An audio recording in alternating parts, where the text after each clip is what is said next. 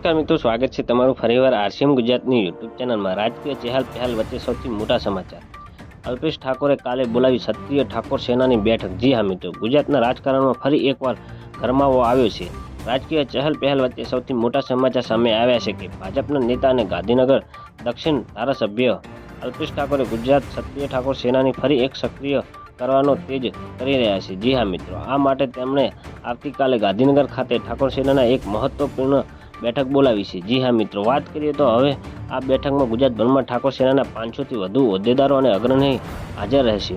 બેઠકનો મુખ્ય હેતુ આગામી દિવસોને ઠાકોર સેનાનો કાર્યક્રમો અને રણનીતિ નક્કી કરવાનો છે। અલ્પેશ ઠાકોર દ્વારા આ બેઠક બોલાવી છે અને સૂચવ્યું છે કે તેઓ સમાજને ફરી એક મંચ પર લાવવા માગે છે અને ઠાકોર સેનાની ભૂમિકાને ફરીથી મજબૂત બનાવવા માગે છે। ભૂતકાળમાં અલ્પેશ ઠાકોરે આ સંગઠન દ્વારા મોટા પાયે આંદોલનો કર્યા હતા અને સમાજ માટે અનામત અને વ્યસનમુક્ત અને શિક્ષણ જેવા મુદ્દાઓ પર અવાજ ઉઠાવ્યો હતો। વાત કરીએ તો હવે અલ્પેશ ઠાકોર ભાજપમાં જોડાયા બાદ ઠાકોર સેનાની પ્રવૃત્તિઓ ઓછી થઈ ગઈ હતી, પરંતુ હવે ફરીથી તેને સક્રિય કરવાનો પ્રયાસ થઈ રહ્યા છે।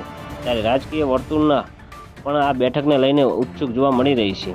આ બેઠક બાદ ઠાકોર સમાજની રાજકીય અને સામાજિક દિશામાં પરિવર્તન આવશે તેવું રસપ્રદ રહેશે। તો મિત્રો, ન્યૂઝની સતત જાણકારી મેળવવા માટે અમારી ચેનલને લાઇક, શેર અને સબસ્ક્રાઈબ કરી લેજો। ધન્યવાદ। જય હિન્દ।